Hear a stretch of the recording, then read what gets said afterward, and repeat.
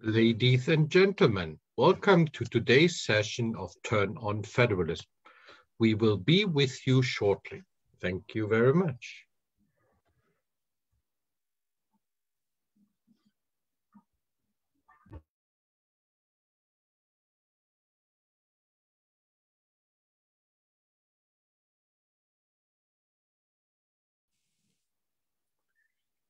Dear State Minister, dear Florian, ladies and gentlemen, as chairman of the Hans Seidel Foundation, it's a great pleasure for me to welcome you to this sixth event of Turn on Federalism with registrations from over 22 countries, so we are truly global.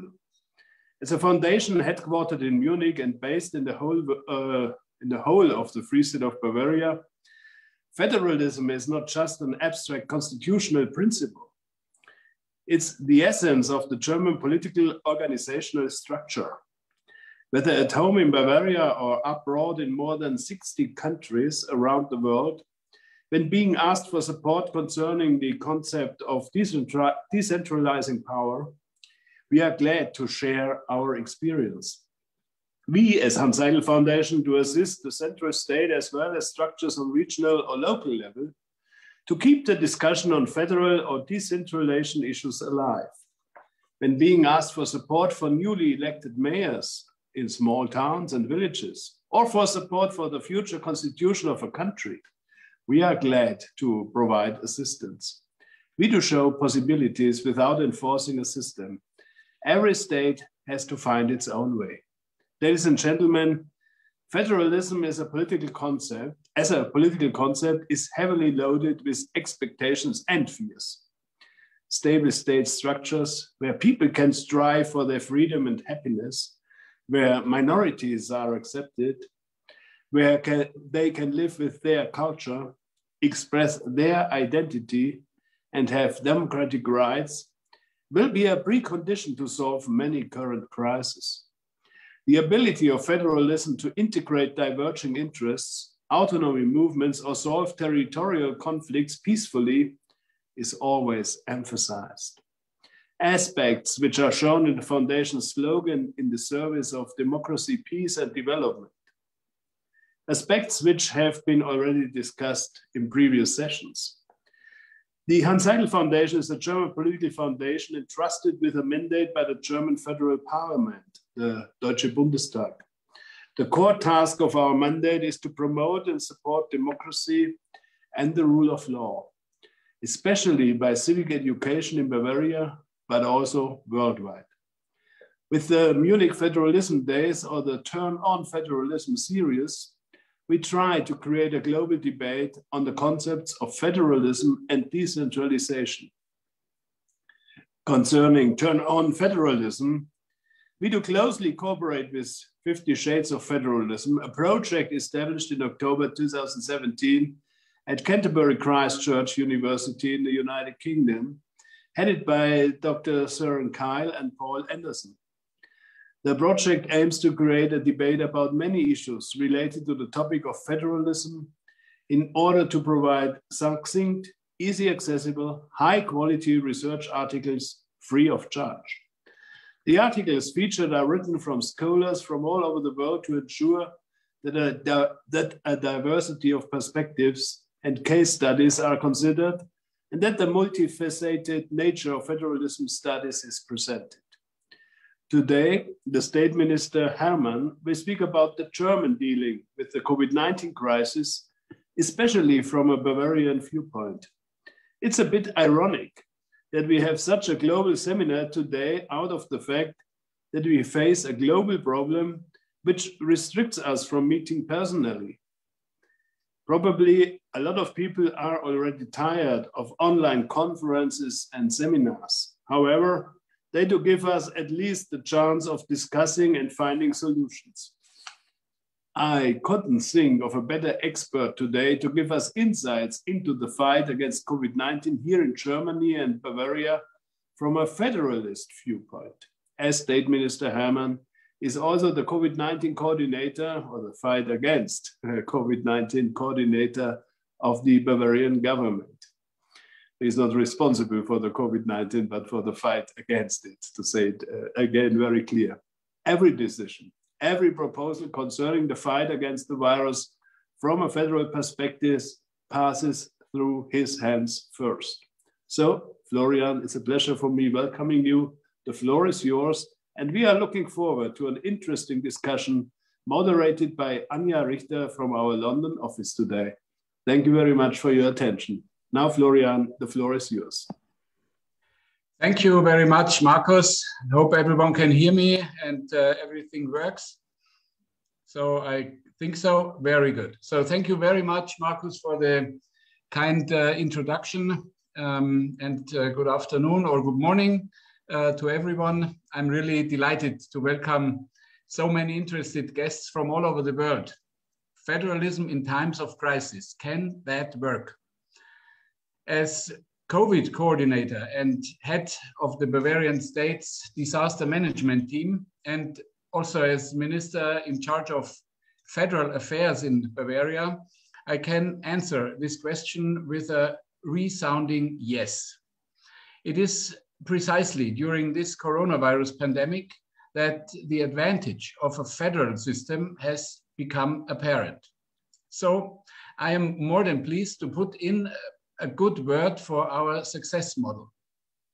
In Bavaria, we are staunch federalists, as you know. We are respected in the world as trading partners, as partners for international cooperation, and as a strong region. We Bavarians draw this strength from a clear insight. Strong solidarity demands the greatest possible responsibility for oneself. And Germany is proving right now, diversity means strength. The principle of unity in diversity means taking the principle of subsidiarity really seriously. Things that can be better regulated at a local level should indeed be managed locally. And this brings us to the management of the COVID crisis here in Bavaria. Since the 9th of December 2020, Bavaria has once again been in a state of emergency. But COVID-19 is not a normal disaster. COVID is extremely complex. And with the highly contagious virus mutation, there is now an additional concern and potential threat underscoring the unpredictable nature of this highly dangerous virus. It is a threat to mankind all over the world. Many countries around the world are currently experiencing a second shutdown. This is having a serious impact on the economy. Those particularly hard hit are the retail, hospitality, and tourism sectors, but also the export-oriented industry has been severely affected. It is virtually impossible to control international supply chains and sales markets. COVID and its implications affect all people and all spheres of life. The virus infects a society's physical, economic, and social health, all at the same time. The effects are dramatic. If public life is restricted in order to protect us against infection, this has an unavoidable impact on the economy and social interaction. This complexity must be managed in order to find ways out of the crisis.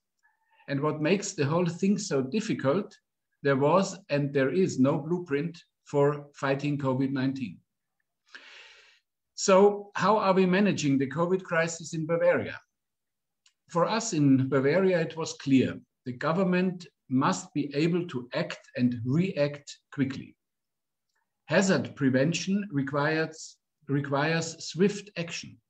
In disease control, we are dealing with hazard prevention, just like the police or fire department or other safety authorities. This is truly the hour of the executive branch in the federal states. Executive bodies have the mandate to act efficiently and above all quickly in precisely such a situation as now. The Bavarian state government's top priority from day one has been to protect Bavaria and its people as best as possible, to avoid overburdening of the health system, to prevent severe, very severe and fatal courses of the disease, to protect the life of each and every individual in Bavaria as best as possible. Our strategy in Bavaria is far-reaching. Under the leadership of Minister President Dr. Markus Söder, the Bavarian government has acted very quickly, cautiously, but promptly, and, most important, earlier and more resolutely than others. From the very beginning, we did not opt for the convenient way, but chose the more responsible path of reason and prudence. The state government is doing everything possible to minimize the detrimental impact on people in Bavaria. For example, we imposed a restriction on free movement earlier than others. The state government has upgraded the Bavarian healthcare system in record time. We quickly ramped up the number of intensive care beds, reaching the target of at least 50% more beds than we had before the crisis. We focused on testing at a very early stage. Bavaria is testing as much as possible and is doing so right across the state, free of charge and not suspicion-based. Since the first lockdown in March, we have increased testing capacity sevenfold to over 78,000 tests per day. We have built up a Bavarian pandemic stockpile with personal protective equipment for 6 months. Masks, gloves, protective suits, gowns, protective goggles. We have created many new jobs in the public health service system. By the end of 2021, there will be an increase of some 2,300 permanent positions. The Bavarian vaccination strategy has got off to a successful start. In over 100 vaccination centers, around 46,000 people can be vaccinated every day. And it could be even more if we had enough supply. At the same time, Bavaria was quick to adopt massive protection measures for the economy, in close coordination with the federal government. With the Bavarian umbrella scheme, the emergency aid provided in special Corona pandemic fund of 20 billion euro and interest-free tax deferrals, Bavaria has pushed itself to the limit and in this way has ensured the survival of many companies. In addition to the emergency measures, we are focusing intensively on providing for the future. There will be a time after the pandemic for which we must be prepared. Our economy must be ready to get off to a flying start when the restrictions are over. While other federal states are cutting back on investments due to the pandemic, Bavaria is taking the opposite approach.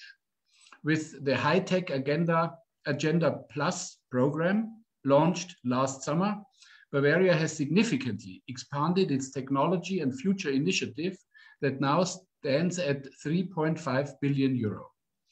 To sum up the Bavarian way, Bavaria has got through the crisis well so far. This is also because we have a tough and competent minister president who has the courage to make quick and uncomfortable decisions whenever these are needed. And this is where we see the advantage and the challenge of German federalism. Of course, it was not always easy. And not all minister presidents of the other German states welcomed the approach we took. The decision-making authority, however, lies with each individual federal state. We believe in diversity and in the joint search for the best way forward. This includes discussions and close exchange, but it also implies reflecting, weighing up, and then deciding. Bavaria has often made decisions more quickly and more consistently than others. Many federal states initially criticized this and hesitated. In the end, however, they followed suit. What have Bavaria and Germany learned for future crises? Virologists, researchers, and scientists say unequivocally, we will have to expect epidemics occurring more often in the future. we have learned that we need to be prepared. We guarantee the Bavarian state government's ability to act and react quickly. That's why, thanks to a Bavarian initiative, we have defined in the Federal Infection Protection Act the legal basis for the protective measures taken by the federal states. We need to be more self-sufficient, and that is why we have built up a pandemic stockpile. We are committed to bringing drug manufacturing back to our country. We need cooperation at European level. The pandemic has shown us in a very dramatic way just how much we need each other, how much we are living in an interconnected world. At the beginning of the COVID pandemic in the spring of 2020, Europeans saw what happens when their countries work against each other instead of with each other. Let me just mention a few keywords: closed borders and the hoarding of protective masks and protective clothing. The European Commission has already responded. Among other things, it wants to bring more production and investment back to Europe. This is something we very much welcome. Has this pandemic changed German federalism? The answer is quite definitely yes. This crisis has strengthened federalism.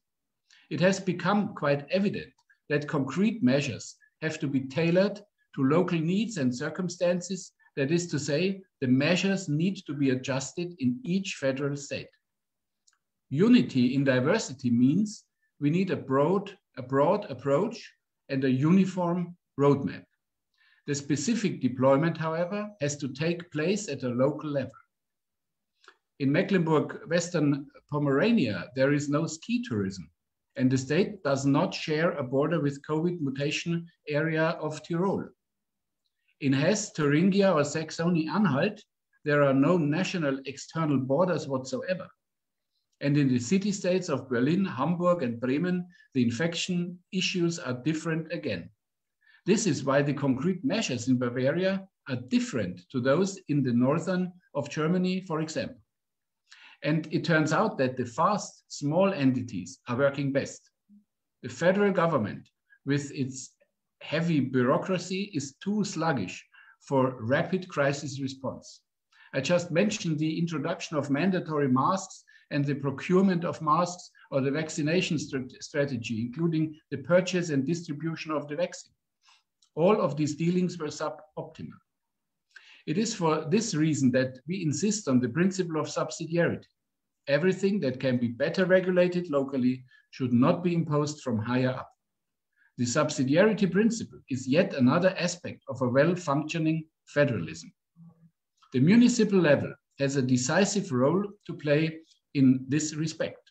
Infection control measures have to be monitored and enforced locally, and they have to be explained. Decisions made in Munich have to be implemented by local decision makers in all Bavarian regions, like Spessart, Oberpfälzerwald, and also in the Bavarian capital. Managing the COVID pandemic is a major effort that can only succeed through concerted action by the federal state, by the state, and by the local governments. Since the beginning of the pandemic, we have maintained a coordinated management and communications structure in Bavaria. The Bavarian Disaster Management Task Force meets regularly. All relevant threats and channels come together here. A special feature of our federal system is the Conference of Minister Presidents, where all federal state leaders meet to discuss and coordinate state-specific issues and advocate these at federal level. Bavaria chaired the Conference of Minister Presidents at the beginning of the pandemic and therefore played an important coordinating role. Since the outbreak of the COVID pandemic in March 2020, this conference has become probably the most important crisis coordination body in Germany, acting as a forum for discussion between the 16 federal states and the German Chancellor. At the same time, however, we are in constant exchange with our partners across the borders.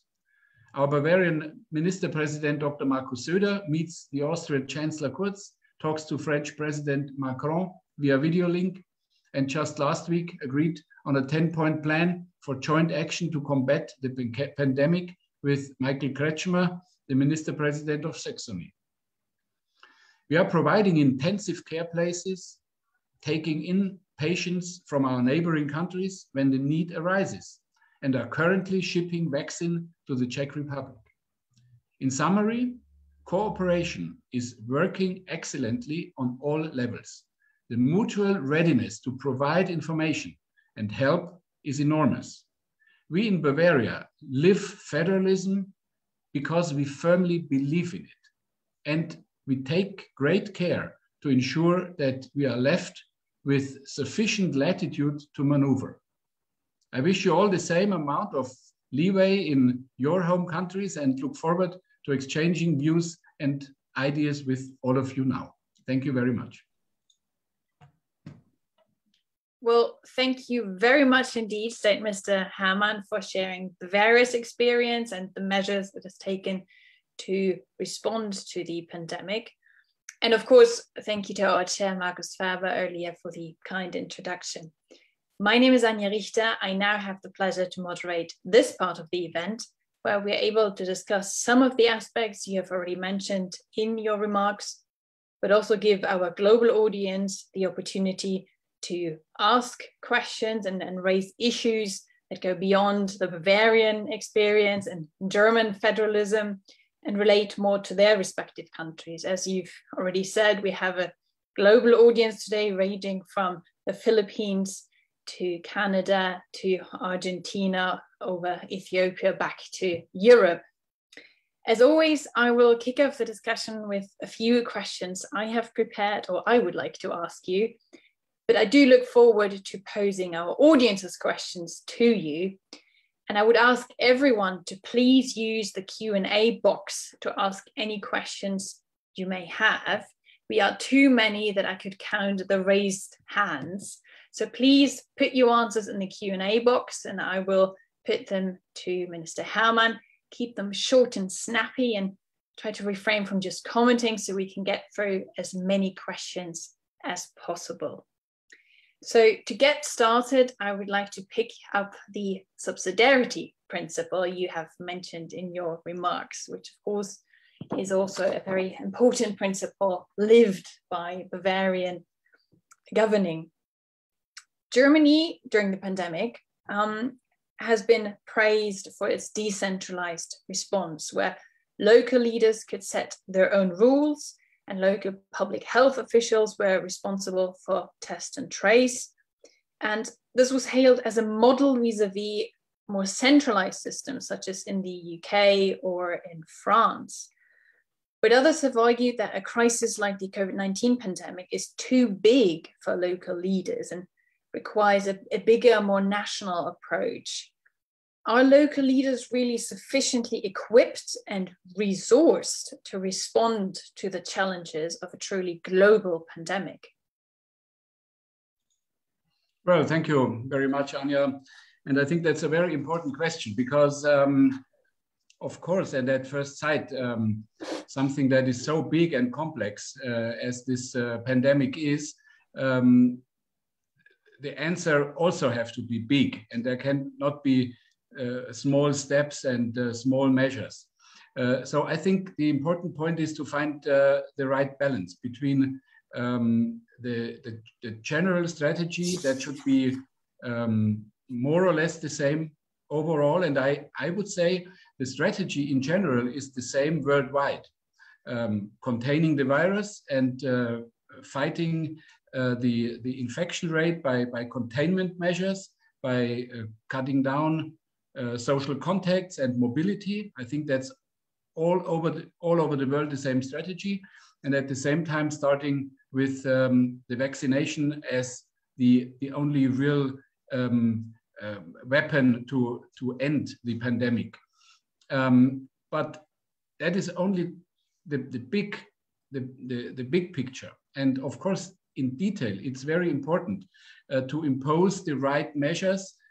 Talking about containment, for example, because you have completely different situation. As I mentioned, not only in Bavaria as compared with whatever, I mean, with Saxony or with Bremen, for example, because we have different borders, we have different movement of people. We saw that last year when people moved for and back to the holiday around Fasching. So that was a problem for us. That was not a problem in other regions. But the same issue we have also in Bavaria. For example, now we have counties where we have really a very low number of infections, a very low incidence rate, and others, especially on the Czech border, which are extremely high. And that requires differentiated decision making. And that is a task that everyone has to do, no matter if you have a centralized or a federal system. And I think in the end, to be convincing also to the people, it makes more sense to have people in the authorities, in the local authorities, who also have the political power and are able to also convince the people to follow the rules which should be put in power in their region. And they don't care, for example, people in a region where you have a low incidence, they don't really care what's going on in another region. So why should they follow the same rules? That doesn't make sense. And so you have a very flexible and very detailed response to the big challenge. You've spoken about local political power, but I'd like to push you a little more again on resources and whether local leaders are equipped in a resource and financial context. Because a recurring question also during previous seminars has been how an equal distribution or redistribution of resources can be ensured in a federal system. So even down to the municipal level. Could you explain a little more about the German system of fiscal equalization to our global audience and how this has worked or been affected during the pandemic? As in, how do you make sure that local leaders are well equipped and well resourced? Well, of course, no one can manage everything by himself, and especially not talking about monetary resources, for example. And therefore, the taking care of such a pandemic crisis is an issue of the state and not of the municipalities. So it's not the mayor who needs the funding of his city to buy equipment and buy the vaccination and whatever. That's what the state takes care of. But to organize the distribution and to organize how everything is handled in the county and in the cities, that is the responsibility of the authorities there. And that works excellent. That really works excellent. For example, we have this this state of emergency structure in Bavaria, headed by the Ministry of the Interior, and that is organized through all levels down to the municipal level. And they have the same kind of structure. They have their emergency board where the doctors meet and where the people from the firefighters meet and from the hospitals, and they decide how to organize the distribution of everything, of the resources, which they get from the state. And that is, so it's not that there is a run starting every city or every municipal authority has to try to get all the stuff. No, they are supplied with it from the state and have to take care of it. So, and I think it would not be possible to let every small town or even smaller towns in our rural areas to take care of this. That's why we have the counties and they organize. So a related question has just popped up from the audience. What is the status of financial resource capacity and mobilization? So I'm guessing this also leads to the question, sort of 1 year on, how well resourced and what's the capacity in municipalities or local governments at the moment? Yeah, that's of course a little bit more difficult because of our federal system. There it's really getting tricky because of course you have the funding on the federal level, you have funding on the state level, and you have funding on the municipal level. And of course there is a difference between our 16 federal states. Bavaria luckily is in a very good economic and financial state. But nevertheless, we had to mobilize a frame of 20 billion euro for this state of emergency, which we can only spend for fighting Corona. It's not for the regular funding of everything else what we do, but it's only for funding fighting the pandemic. And so we have the Bavarian money, and of course the federal state also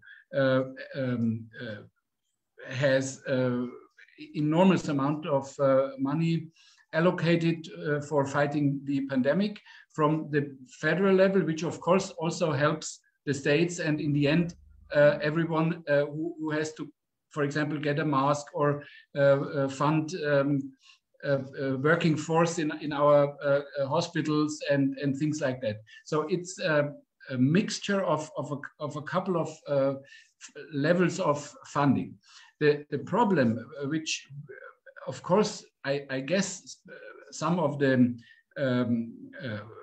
towns and units on the local level will probably face, is that of course thanks to the crisis and also to the economic implications, they will see less tax income over the next years, and that of course is also a task for the state level to try to help out and try to help financing what needs to be financed. But it's a little bit more complicated, I guess, than in other states, but it's of course the regular system which we are used to, because this mixed way of financing through federal, state and local level is well known to everyone and practiced all the time.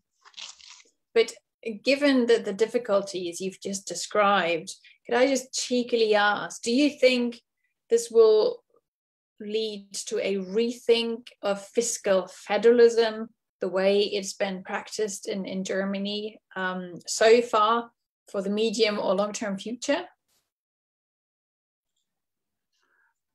Well, I mean, that's a subject that is discussed all the time, I would say, especially the funding between the states, the funding among the states, how every state has to contribute to the funding of the federal state or the states in total. That is something we discussed a couple of years ago, and I think also found a solution. I don't think that, as far as I can see now, that from the pandemic or fighting the pandemic and everything that comes along with the pandemic leads to another discussion of this issue. I mean, it's a general discussion we always have, but I think there is no special pandemic implication on that. Let's move to the questions of coordinating with others or coordinating with other levels. What has been your personal experience as State Minister for Federal Affairs? How closely are you, or have you been in contact with colleagues from other states, so on the horizontal level, and with the federal government and local leaders on a vertical level? Through which channels does this communication take place, and how important, in your own experience, or how crucial has this been? Well, I think the exchange between the states and the whole state governments among each other, and also with the federal government has increased a lot.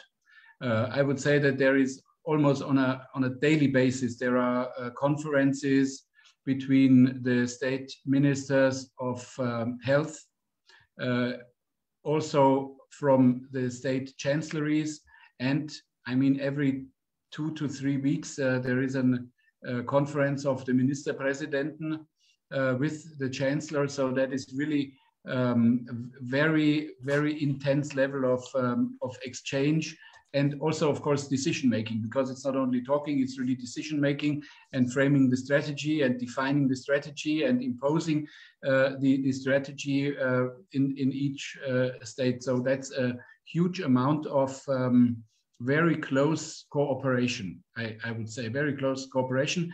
And the same we have the same within Bavaria with our with all the leaders of the counties, of the big cities. That is also on a very regular basis. And it's not only political, on the political level of the ministers of the cabinet, but of course, especially on the working level of all branches of our government. That is very intense, and also something that is very much something which we practiced over the last years and decades a lot. So it works also in the situation of crisis, but it's even more intense. In your remarks, you mentioned Czechia, of course, and we have a question from someone from Charles University in Prague. How do communication and coordination mechanisms work on the political level and also on the working or official administration level with Czechia? Well, that's also a very important issue and question, because the friendship and neighborhood and our cooperation from Bavaria to Prague and the Czech Republic and the people there is very important to us. And it's, of course, for us very sad that the incidence rate in the Czech Republic, especially in the border region, is so high, and that everyone in Czech Republic is fighting really a lot and very strong against the pandemic.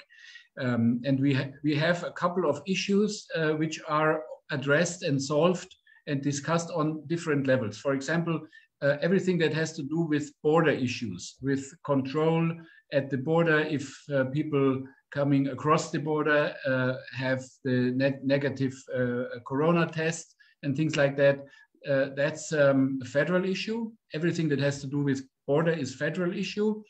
And of course, we also work together very close with the government in Prague on all other issues, especially in our border region, because over the last 30 years, the cooperation was growing so much, so close, and well, I mean, I would say that is really, no one really feels the border anymore. But in the situation of a pandemic, especially the mobility through Europe and also in the border region is a problem, is a challenge we have to face. And that is why they had very good ideas, our leaders of the counties there, how to make the testing more perfect, so that people who, for example, work in the Bavarian regions, live in Czech Republic, but work in Bavaria, are tested more and so on. And that on every level, that those issues are discussed. We have another question on the sort of more national approaches in the fight against the pandemic. Do these often chaotic or badly coordinated measures taken by different governments endanger the progress that has made as part of the economic and also social cohesion in Europe? I think for Europe and for the development in Europe, it is best if everyone works strictly together. And I think in principle it was the right way to, for example, buy the vaccine through the European level. Unfortunately, it's not enough at the moment. It should have been more, so that we could have been more successful vaccinating the whole population as other countries, for example, Israel or other countries or United Kingdom did. But in general, this way of coordinating things on a European level makes sense. But of course, it would not make sense if the European level or the federal level would coordinate every single measure in Bavaria, because therefore it's necessary to take the measures that fit. As I mentioned, for example, if you have a region near the border to Salzburg or near the border to Czech Republic, where you have a high incidence, you have to take special measures which do not apply and which are not necessary in another place because of Bavaria. So I think it has to be both. It has to be both the principal measures and the strategy, and for example, the acquisition of vaccine and things like that. That should be on the highest level, because the highest level is the strongest level, and the details should be done on the lower level. And I don't think that this is negative, although it might appear that there are different approaches, but I think it's justified that the approach is different.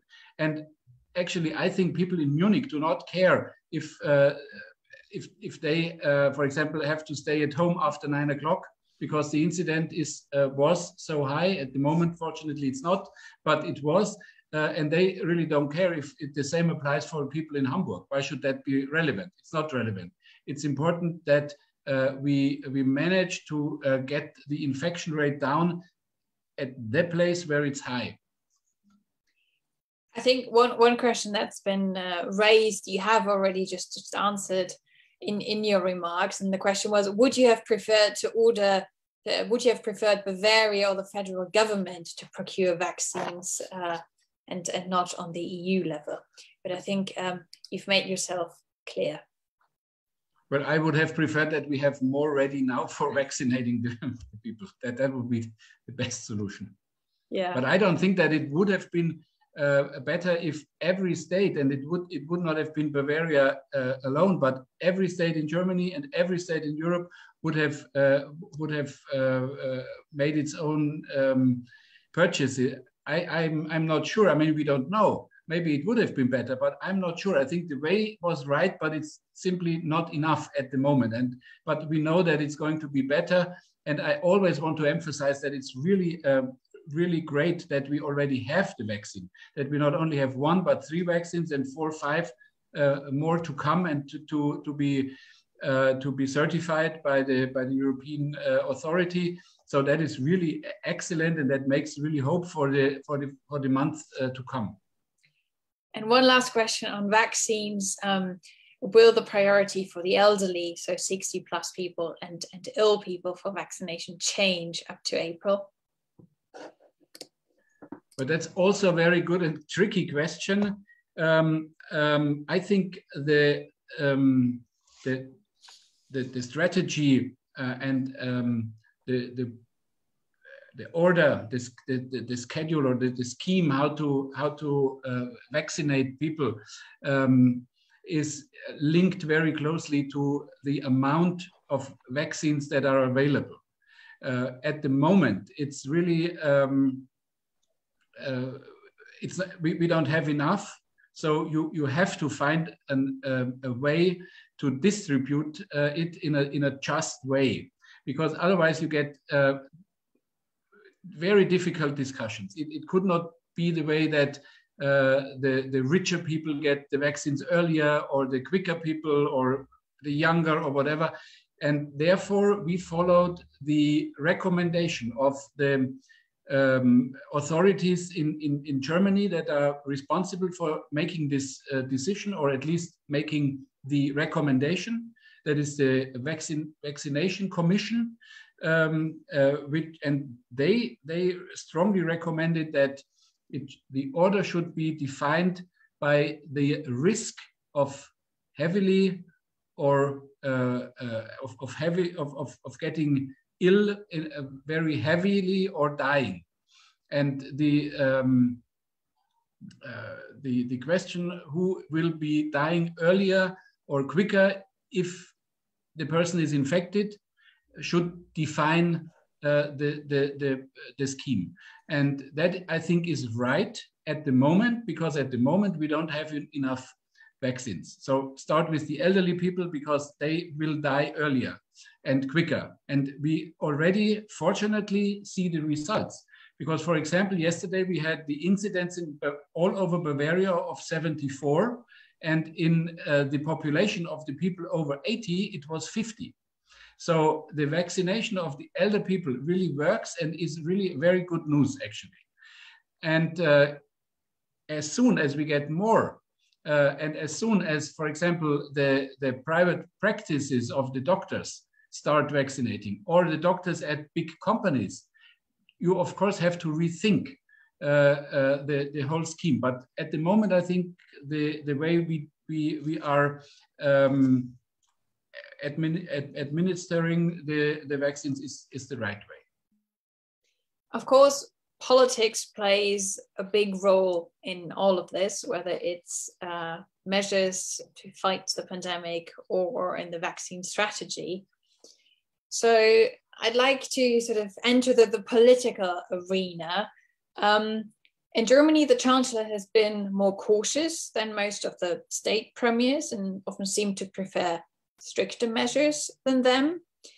However, in Germany, it is, of course, the state governments that implement any rules.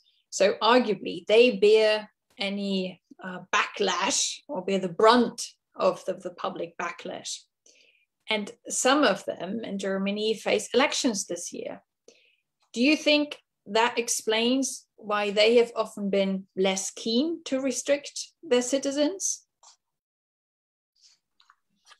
Well, first of all, we all are facing elections this year because we have the federal election in September. So it's always also about elections. But I'm really sure that the situation is really so serious. The pandemic situation is really serious, counting all the people who died in Germany or all the troubles we have. So I really think that every politician is very responsible facing the situation and is not making wrong decisions because of some election, of some upcoming elections. I think everyone really really thinks a lot what is the right way. And it's always, of course, a very difficult decision, which we have to do every day, because every day things change. For example, we would have been, I think we would have been through the whole pandemic more or less by now if there was not the variants of concern of the virus.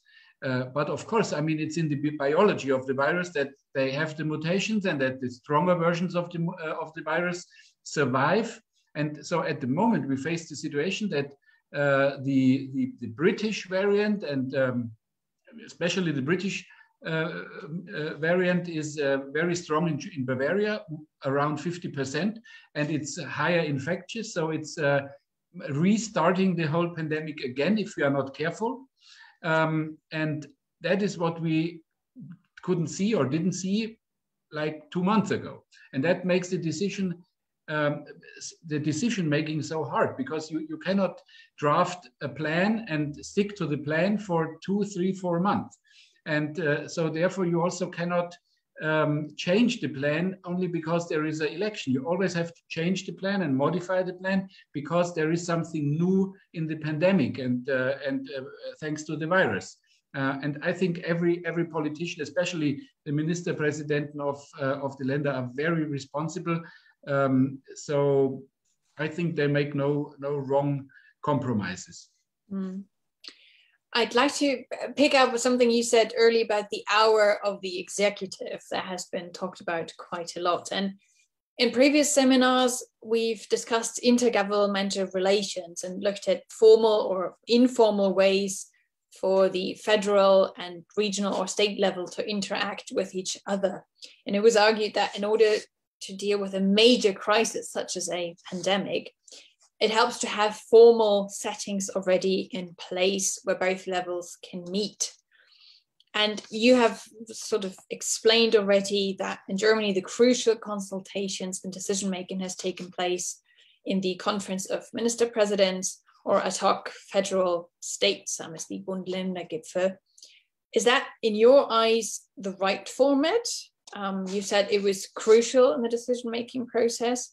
So I guess it has helped the coordination, but do you think it'll be a more permanent or a regular feature of intergovernmental relations in Germany beyond the pandemic moving forward? Well, that's quite an interesting constitutional question, because this conference of the minister presidents is and the meetings together with the chancellor, so the federal level in every respect, up, down, and at the same level, is not mentioned in our federal constitution. So it has been established over the last decades, and the justification for it is that the states had been in existence before the federal level, and the federal level was created by the states. And so, of course, it's also, in my opinion, justified that the states also coordinate policy among each other, not only in the official bodies like Bundesrat, which is an official body of our constitution, which consists of the federal states, of the governments of the federal states, but also in a more informal way to find solutions on issues that concern every state together with the federal level. And this has been extremely well established over the last years, because that is really a conference that is changing. The chair is changing every year, but it's established and it's working. And so from the practical point of view, not from the constitutional legal point of view, but from the practical point of view, this is very good working. And especially in the crisis, it was good to have an established way of dealing with this kind of issues. You've raised the constitutional or legal question of the role of the Bundesrat in this crisis, and many have criticized that the formal institution where the Länder or the states are represented in the Bundesrat seems to have played little or no role in the decision-making process at all. So would you agree with this negative assessment? Has the Bundesrat really been left out? And do you think, or would you agree that this creates or causes a democratic deficit? I would say it's not really an issue of the Bundesrat, but the question you're raising and the discussions behind it concerned the legislative bodies of the states and of the federal Bundestag, because, and that's interesting, and I would say something that we learned or experienced. I would say that we experienced in this crisis, because legally speaking, fighting a pandemic is something that is really the task of the government. That's why I said it's the hour of the executive branch.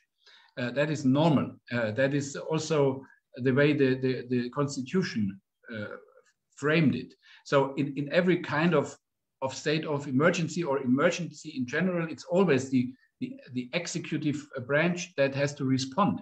For example, by sending police force or firefighters or whatever you can think of in a situation of emergency. So that is normal, but that's the point. If this state of emergency takes such a long time, I mean, a normal catastrophe is over after a couple of days, and then you clean up and think how how can we prevent to happen of happening again? But in this situation, we are in the state of emergency, in the crisis, in the ongoing crisis for over a year now. And of course, in a situation like that, difficult decisions have to be made. Even restrictions have to be imposed to limit the social contacts, everything. That is really restrictions that matter also constitutionally. And that's why it's necessary to bring the parliaments more into the game, which we also did. So, for example, the Bundestag took more responsibility with changing the federal law, which empowers the states to take certain measures. That's what the federal Bundestag did, to take action and to be responsible, and also to make clear that it's not only executive decisions, but also decisions made by the legislator. And that is something that's really new, because we never had that before. And so I think that's what we learned, and you can see it if you see the new amendments of the federal law. You can exactly see this experience and what we learned from it. I realize we are running out of time, but I want to squeeze in another question on sort of the how local government has been affected by the pandemic. And in your view, during this hour of the executive branch, has there been some sort of redistribution of powers between the different levels? Do you think going forward, the way the different levels have interacted with each other, have taken decisions, has changed? That's also a good question. I would say, I'm not sure. I don't think that there has been a major change in in what the different levels should take care of. I think everything was done and still is done by what we are responsible for. So there has been no change. I would say there has been no change. Everything that is for example, the state level is in charge of, we took the responsibility, and we did not take responsibility from other levels or give responsibility to the federal level also. I think that worked by the book, I would say. And do you think the perception in Germany of federalism, where it is a strongly rooted principle and an accepted principle, has changed? Do you think in all this sort of slightly chaotic messaging, different rules everywhere, Germans have become more skeptical of federalism, or have they seen the value of federalist structures and decision-making? I would say the approval of people in Germany of the measures that has been taken by the government in general, federal level or state level, is still quite high. So compared to other states, it's really very high. And I would say that this also shows that the way the decisions had been made in this way of strategy on the federal level and detailed decisions and different regulations on the state level did not affect that the people in Germany approve of the strategy in general.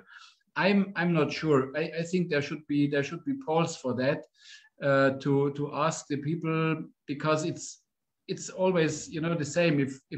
If things go wrong, you try to find someone to blame, and then you might find someone on another level to blame it to that or this person. And if everything goes is fine, then of course we were responsible for the good solutions. So I can't really say. I think that has to be well looked. It has to be given a closer look, maybe in a year or so, when you can really have the whole picture, and when the crisis situation is over, and then you evaluate how everything worked, and I think then you have a better picture of this. At the moment, I think people are fine with the way how it's done, especially in Bavaria, because I think that we really and of course not everything is perfect, even not in Bavaria. But I think we found the right answers in a right way, and also in a short time to fight the pandemic. And that is why I think people in Bavaria can trust our government, and that's very important. Well, lastly, the question I am asking all of our experts and speakers, given this series is all about learning lessons from others, sharing experiences, and for our audience in countries that are still federalizing or are nascent federalist systems, how do you turn people into true federalists? Well, I would always say, look at the example of the successful federalist system in Germany, and always think not only of the states but also of the municipal level, because that's really very important, and not only thinking the lower levels of departments of the government, but of self-government. And I think that is really one issue of the successful German way, that we have the self-government, which is very highly regarded also in our federal constitution. It's not only a branch, like a local branch of the state or federal government, but it's self-government. And that gives much more power to a federal system if you have this as an important part of it, rather than you don't have it. And so I always tell people, especially our friends who sometimes visit us from other states, hosted by Hans Seidel Foundation, and then we talk about federalism, and then I always emphasize the self-government of the lowest level, because that really is crucial. Well, I'm afraid we have to conclude this discussion here. We're already way over an hour, and I really appreciate you taking the time, Minister Herrmann. I know you have a busy schedule at the State Chancellery. You need to get back to your day job fighting the pandemic. And apologies to those whose questions we haven't been able to answer today. Our next seminar will take place on the 13th of April, same time as usual. We'll change tack a little next time and turn to a more academic topic, discussing the question of gender equality and federalism with the great Christine Forster, who will join us from down under in Sydney. This leaves me to thank you again, Minister Florian Herrmann, for your remarks, and of course for answering all those questions I threw at you, answering them so competently and comprehensively. Many thanks for everyone watching and participating, posing questions. We'd be grateful if you could fill in the quick survey you will receive in a moment. But depending on where you're watching from today, I now wish you a good night, a good afternoon, or a good morning. Bye-bye. Bye-bye. Thank you very much. Bye.